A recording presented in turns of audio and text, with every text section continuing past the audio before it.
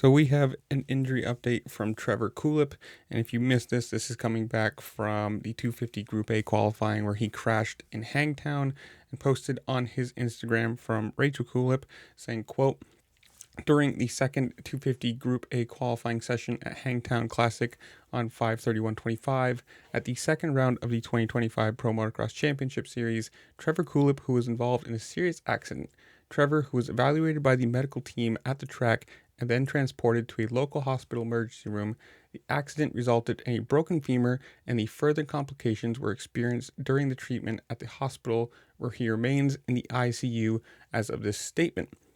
Now, that was obviously the first update, whatever you want to call it, and that right there on your screen is the second update saying Trevor was alert and responsive and fully cognitive upon entering the hospital.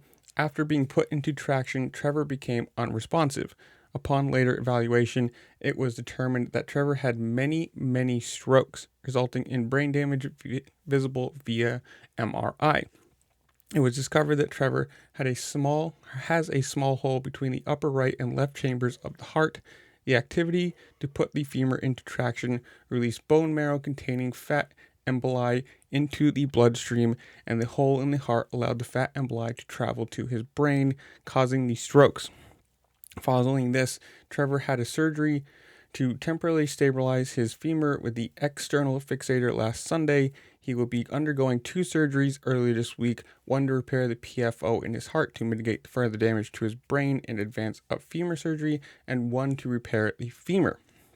The damage to his brain has not been fully determined, and the recovery process is yet to be determined. As of this update, Trevor is alert and communicating. We are focusing on small wins. Prayer, blah, blah, blah. Not blah, blah, blah, but there's, continue to pray and so forth. So if you guys, I don't know if there's a GoFundMe for this somewhere. If it's not, hopefully they put one out because this sounds very serious. Go to his social medias, give him a thumbs up, say good words, whatever it is. I don't know what you want to do. I'm assuming anything is going to be, helpful to the family.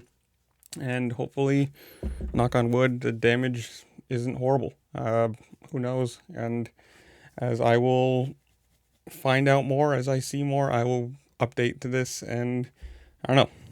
I'll see y'all later. Peace.